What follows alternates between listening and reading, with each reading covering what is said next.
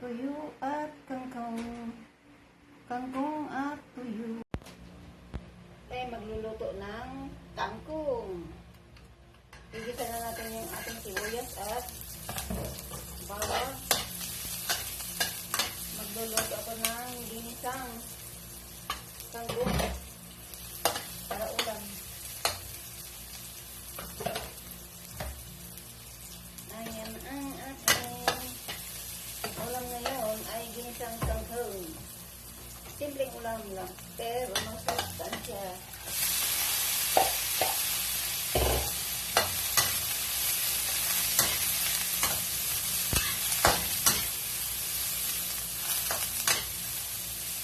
Kangkong lang muna tayo ngayon. Isa-isa. At lalagyan natin yung dahon.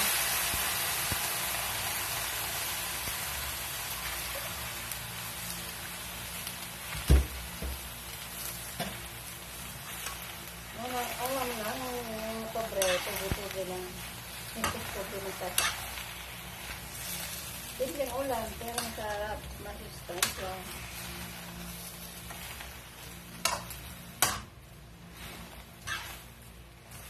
Initos-nitos.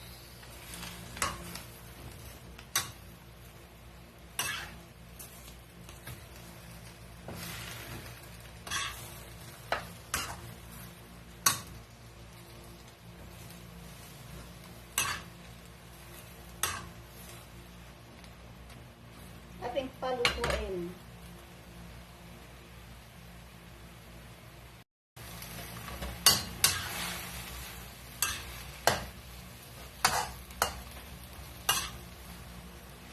Bumiit na. Kung di kupos. Kupos na siya.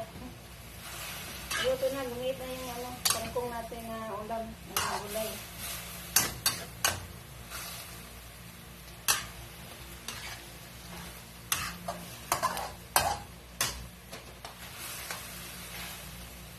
Nilagyan mo na ng toyo.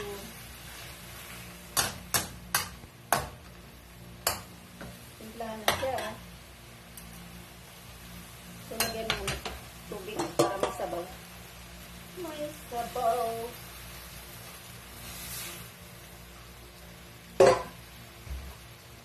At mag-prito ako ng tuyo. Palisan natin ang tuyo.